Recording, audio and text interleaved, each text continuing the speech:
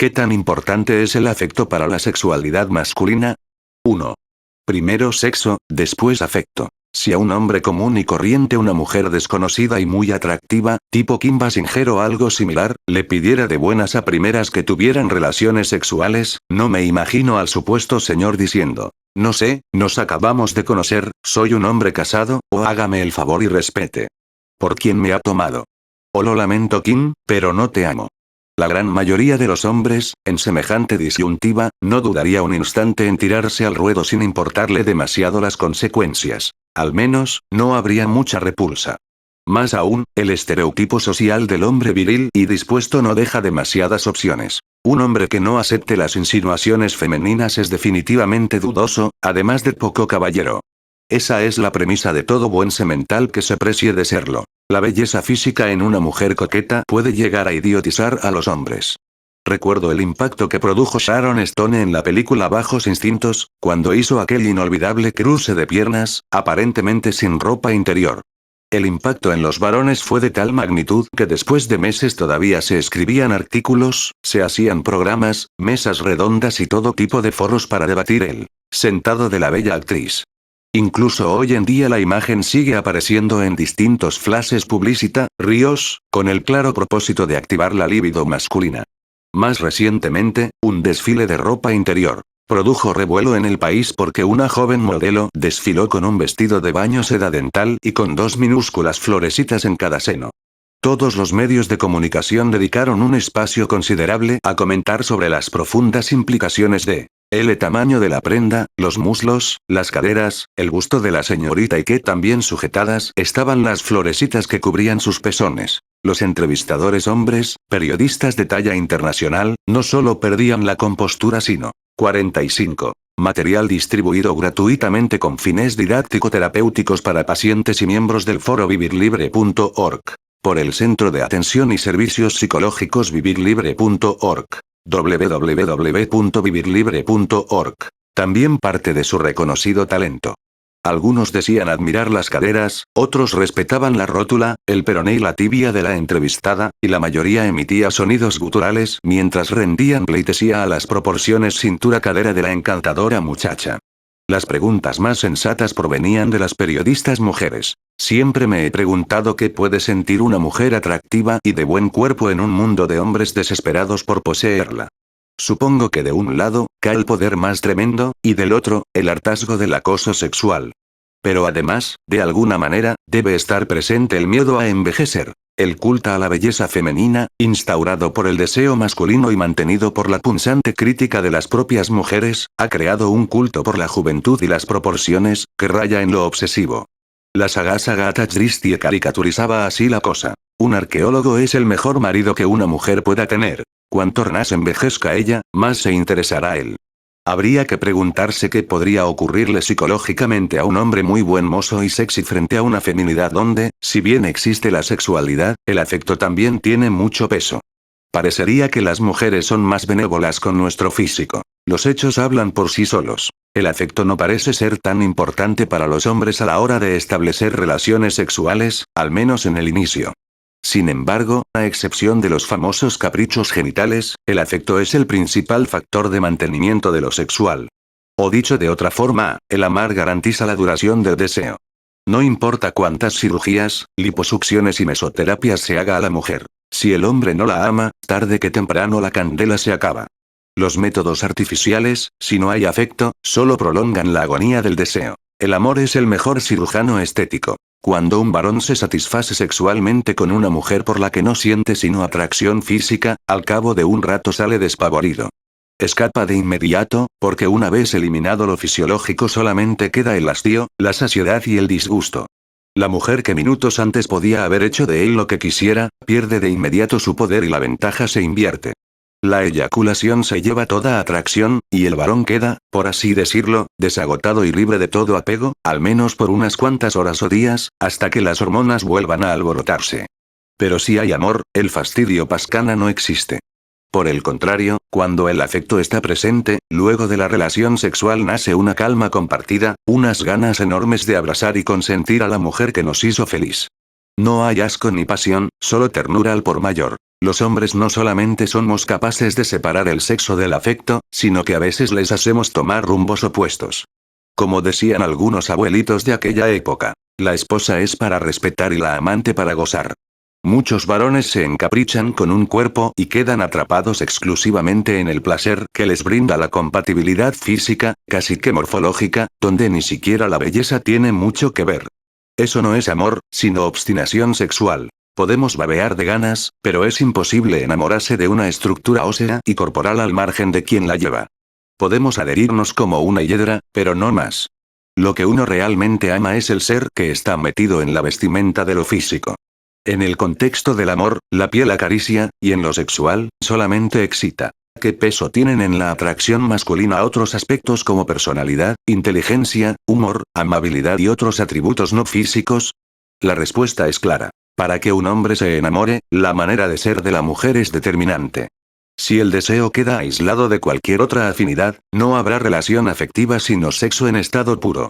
Cuando conocemos a una mujer muy bella, pero sin otro atractivo, automáticamente nos convertimos en seres fisiológicos con un solo objetivo en mente. Pero si la mujer nos gusta también en un sentido psicológico y o espiritual, aunque el objetivo inicial no suele descartarse, nos volvemos más afectivos y menos sexuales. De todas maneras, salvo excepciones, la regla queda definida de la siguiente manera. El hombre entra por el sexo, y si encuentra lo que le gusta, llega al amor. Si no es así, se devuelve. La mujer entra por el amor, y si todo va bien, llega al sexo. Cuando la cosa funciona, nos encontrarlos en la mitad del cansino. Los hombres tenemos claro que si la mujer nos agrada como persona, el deseo sexual simplemente es la llave para seguir avanzando. Incluso, muchas veces la que más nos gusta no es la más sexy, aunque. 46. Material distribuido gratuitamente con fines didáctico-terapéuticos para pacientes y miembros del foro vivirlibre.org. Por el Centro de Atención y Servicios Psicológicos vivirlibre.org. www.vivirlibre.org. Esta última pueda seguir activándonos la testosterona. 2. El equilibrio afectivo-sexual en la vida de pareja. Por todo lo dicho hasta aquí, queda claro que la relación que se establece entre sexo y afecto, y las ponderaciones que hombres y mujeres hacemos al respecto, son determinantes para comprender muchos problemas de pareja. Para la mayoría de los hombres una relación afectiva sin sexo es inconcebible, además de insoportable. Para las mujeres, una relación de pareja sin cariño es insostenible y aterradora. No quiero decir que lo sexual no sea importante para ellas, sino que, sin afecto, es incompleto. Los problemas comienzan cuando se rompe el equilibrio entre las necesidades de uno y otro. Mucho amor y nada de sexo, o viceversa, predisponen a la ruptura. G y R llevaban 15 años de casados. Ella, G. Era una mujer de 35 años, arquitecta y excelente madre de 3 hijos. Él, R. Un profesional de las finanzas de 37 años, económicamente exitoso y muy buen padre. Pese a tener todas las condiciones a favor, algo andaba mal, o muy mal. R se sentía sexualmente insatisfecho. Ella es una mujer muy fría, no es que no acceda a tener relaciones, incluso pone de su parte, sino que no se suelta, yo no la veo disfrutar, no toma la iniciativa, imagínese que lo hacemos una vez por mes, creo que nunca ha logrado el orgasmo, me gustaría que fuera más sensual, más atrevida, más ardiente, me sueño con una mujer más apasionada, a quien le guste ser creativa en la cama y que no vea la relación sexual como una obligación, sino como el mejor de los disfrutes. El otro día le pedí que me hiciera un striptease y casi me mata, me pregunto, ¿qué le cuesta hacerlo si sabe que eso me hace feliz? Es como si yo tuviera hambre y ella no quisiera darme el pan que le sobra. Ya estoy cansado de esta situación, usted entiende que si la cosa sigue así, no respondo. G estaba igual o peor de insatisfecha, pero por otra razón. A veces lo odio, no ha podido entender que las mujeres necesitamos cariño y afecto, no sé si seré muy anticuada, pero a mí me motivan los ambientes románticos, eso de venir y montarla a una como un animal, no me gusta, yo necesito ternura, cariño, sentir que me admira y me quiere, no entiendo por qué no me da lo que necesito, a veces pienso que no me quiere, llanto prolongado. Si quiere a alguien que le haga locuras en la cama, que se busque una prostituta. Nunca tiene una palabra linda para mí, los hombres me miran y yo sé que soy atractiva, pero soy fiel, yo lo amo de verdad, pero si la cosa no cambia creo que es mejor que nos separemos. Ellos estaban inmersos en la disputa de nunca acabar. Sexo vs afecto. Alguien tenía que empezar a ceder. Pero R se había criado en una familia muy poco comunicativa y expresiva. Su manera de expresar afecto estaba bastante restringida, y no era una persona asertiva en el amor. G había sido educada bajo el patrón religioso tradicional y su familia era archiconservadora. Mostraba cierta timidez social y una evidente inhibición a todo lo que tuviera que ver con lo sexual. Para ella, el afecto era una especie de refugio para manejar su ansiedad y poder vivir más tranquilamente su sexualidad. La paralización era de lado y lado. El verdadero miedo de fondo era el mismo. No satisfacer a la pareja. ¿Quién debería dar el primer paso? Al cabo de varias citas, R reconoció que era él quien debería iniciar el proceso terapéutico. Los bloqueos psicológicos que presentaba G necesitaban de mucha paciencia y tiempo, y aunque los impedimentos afectivos de R también mostraban un grado de dificultad considerable, era más fácil para él abrazar, besar y acariciar, que para ella liberarse sexualmente. El afecto es la puerta que primero debe abrirse en todos los casos de pareja. Cuando R fue cambiando, G también. A veces había retrocesos, pero lentamente y guiados por el vínculo que los mantenía unidos, lograron acoplarse. Creo que G jamás bailará la danza de los 7 velos o visitará a escondidas un porno show, pero logró avanzar significativamente en su capacidad y exploración sensorial. R tuvo que hacer un esfuerzo para comprender que sexo no es igual a orgasmo, y ampliar su vivencia de la sexualidad para darle cabida a más cosas. Su entrenamiento consistió en entender el funcionamiento sexual femenino desde una nueva perspectiva. Aprendió a crear los ambientes previos propicios para que G se sintiera cómoda, a acariciarla, a convertir la paciencia en parte. 47. Material distribuido gratuitamente con fines didáctico-terapéuticos para pacientes y miembros del foro vivirlibre.org. Por el Centro de Atención y Servicios Psicológicos vivirlibre.org. www.vivirlibre.org. Fundamental del placer y a ver la sexualidad como parte del amor. R asimiló una nueva manera de disfrutar. De hecho, al ver que ella sentía placer, más se motivaba a seguir con las recomendaciones, que más que ejercicios sexuales tipo Masters y Johnson eran estrategias de acercamiento afectivo. R. Descubrió algo muy importante para cualquier ser humano, pero especialmente para el hombre. Si se desea recibir, hay que dar. Para la gran mayoría de las mujeres, el afecto puede ser tan incitante como la más poderosa de nuestras fantasías. En verdad, si creamos un vínculo afectivo sólido, todo es posible. Si el varón se convierte en un dador sincero de afecto, estará abriendo puertas desconocidas. Y si además cuenta con algo de suerte, hallará que, detrás de su apacible y mesurada mujer, posiblemente se esconda una Afrodita alocada, con un toque de Cleopatra y mucho de Mesalina. 3. El buen amante. Muchos hombres inseguros y con problemas de autoestima se acercan a lo sexual con la idea de probarse a sí mismos qué tan hombres son. Cuando se topan con una feminista de avanzada, que exige placer sexual a lo macho, estos varones no disfrutan por quedar bien y cumplir el papel de un desmedido e incansable amante, que más se parece a un consolador automático que a un hombre haciendo el amor. Todavía hay varones que miden su masculinidad por el rendimiento sexual cuantitativo que logren alcanzar. Por ejemplo, una creencia que aún se fomenta en el ambiente masculino es que la eyaculación retardada es una de las cualidades básicas que todo buen amante debe poseer para satisfacer a una mujer. Cuanto más me demoro, más gozan. Esta afirmación, además de incorrecta, muestra un claro desconocimiento de lo femenino.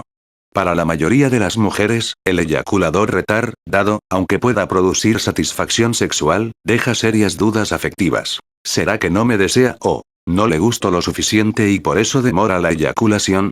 ¿O si realmente me deseara mucho, no aguantaría tanto? Un hombre sexualmente aguantador no es sinónimo de buen amante, ni mucho menos. Incluso ciertas mujeres pueden llegar a preferir a un eyaculador precoz, porque se sienten más deseadas. Prefiero saber que se muere de ganas por mí, a satisfacerme sexualmente yo sin que él pueda venirse. Vale la pena resaltar que el desempeño sexual masculino es especialmente sensible y fácilmente alterable, por diversas variables que no siempre son afectivas. Por ejemplo, la impotencia puede estar relacionada con ausencia de deseo, pero también con un deseo incontenible que produce en el varón miedo a fracasar y, por tanto, debilitación de la erección.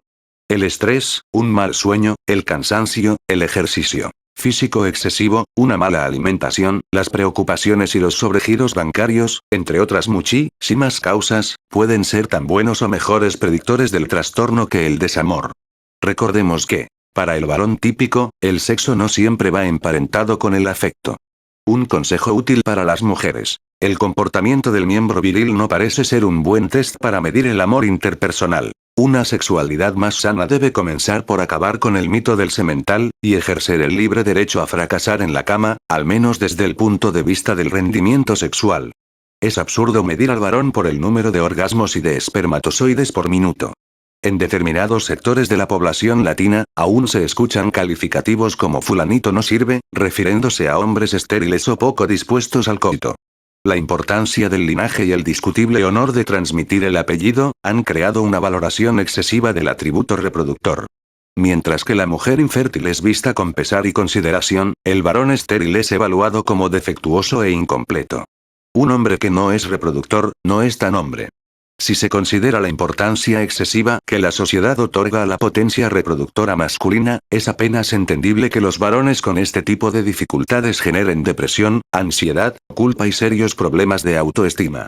Se ven a sí mismos como imperfectos, carentes de hombría y con cierta invalidez viril que les impide hacerse merecedores del amor femenino. Pero para consuelo de algunos, el drama de la esterilidad masculina parece ser un problema más. 48. Material distribuido gratuitamente con fines didáctico-terapéuticos para pacientes y miembros del foro vivirlibre.org. Por el Centro de Atención y Servicios Psicológicos vivirlibre.org. www.vivirlibre.org. Generalizado. La calidad y la cantidad de semen está disminuyendo alarmantemente en los hombres.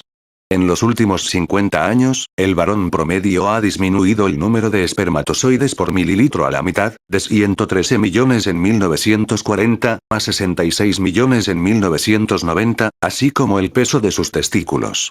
Ciertos pensadores, futuristas machistas y vanguardistas, creen que más que por los contenedores de plástico, los calzoncillos apretados o los factores ecológicos, la verdadera razón de esta significativa baja espermática estriba en una estrategia evolucionista para detener la natalidad y para desmontar el monopolio sexual femenino. Otros piensan que es la oportunidad para dejar a un lado la paternidad responsable o irresponsable. La verdad es que aún no sabemos las razones de este preocupante descenso que, de continuar así, pronosticaría una esterilidad global en los hombres del planeta en la próxima mitad del siglo. El buen amante, por si a alguien le interesa, no se mide por el tamaño del pene, no tiene nada que ver, ni por la eyaculación retardada, que no es otra cosa que una disfunción sexual tan preocupante como la eyaculación precoz, ni por el número de orgasmos por minuto, eso es más importante en los ratones y los gorilas. Al buen amante hay que buscarlo en el antes y el después del acto sexual, en los prolegómenos y en las despedidas. El buen amante es un buen amador, que juega una y otra vez las distintas facetas del amor, sin desligarlo del placer. Es el que se entrega plenamente, pero también el que sabe recibir sin restricciones. Ni narcisismo insoportable, exclusivamente receptor sexual afectivo, ni sumisión decadente, exclusivamente dador sexual afectivo.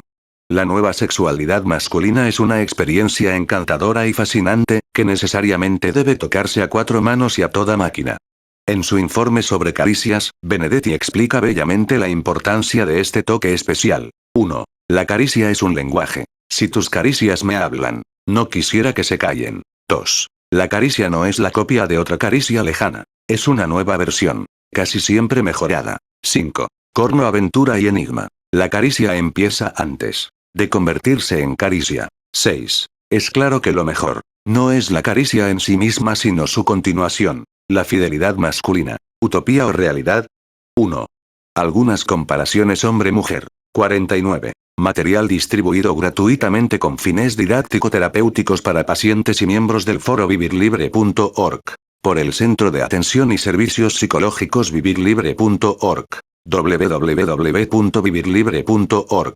Aunque no son mayoría, es posible encontrar hombres fieles, es decir, varones con una fuerte convicción hacia la monogamia y un firme dominio sobre sus más recónditos y elementales impulsos.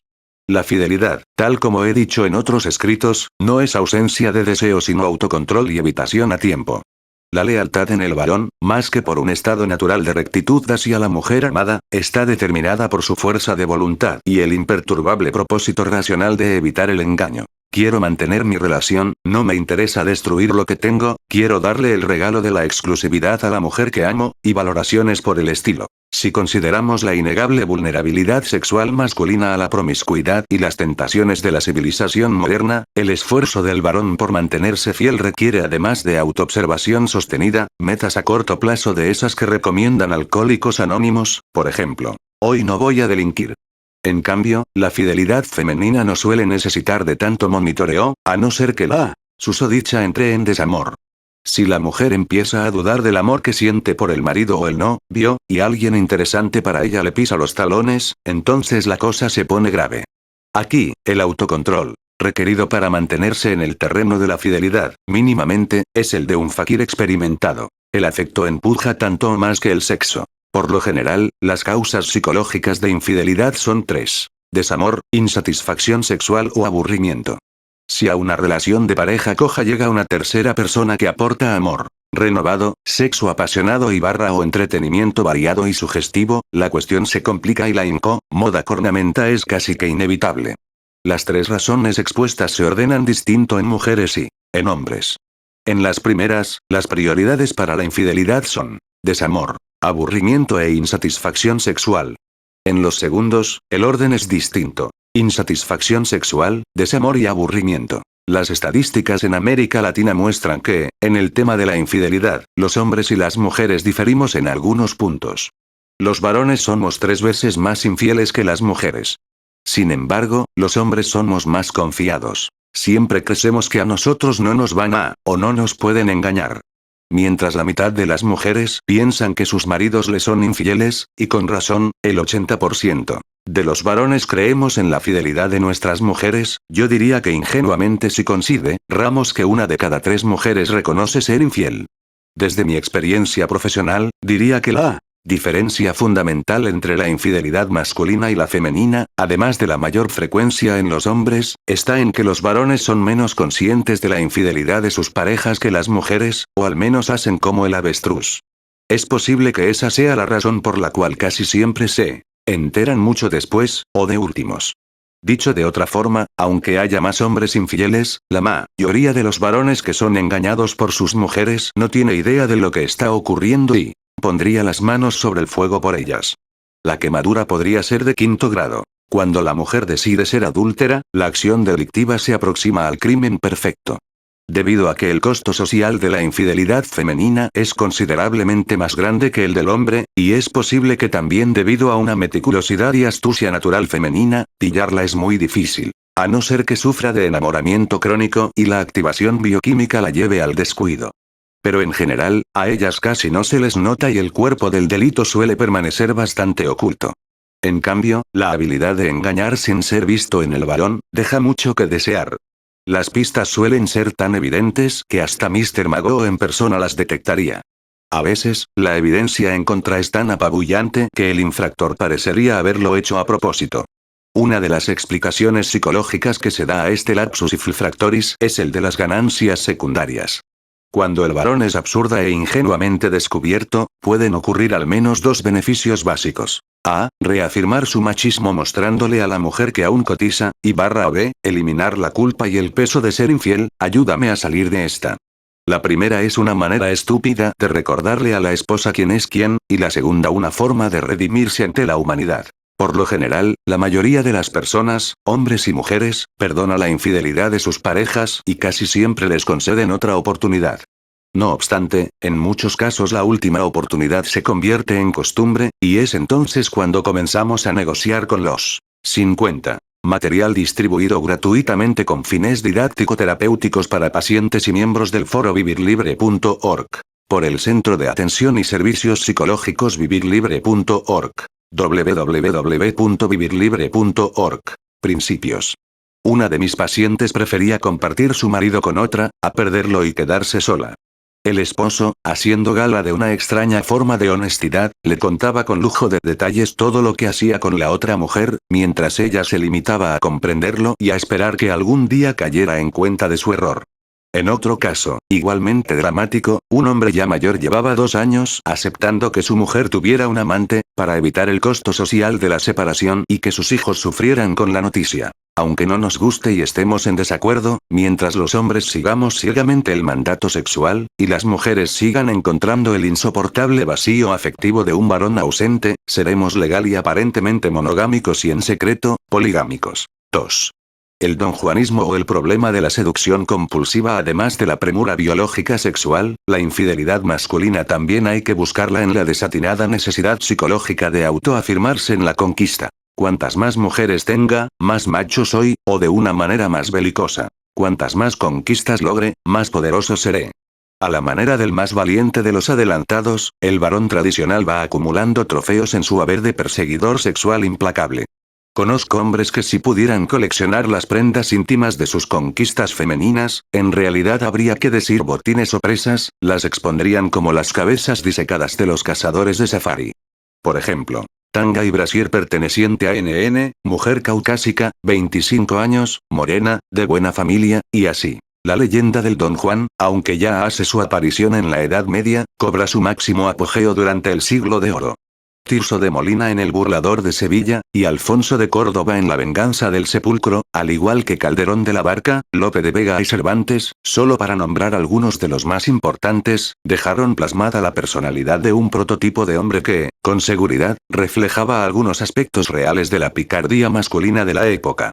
Con una vida dedicada principalmente a enamorar por enamorar y a coronar sus objetivos cuasi militares, el Don Juan se mostraba con la finura de la nobleza, la generosidad del rico, la elegancia y el porte del caballero, la arrogancia del poderoso y la valentía del colonizador.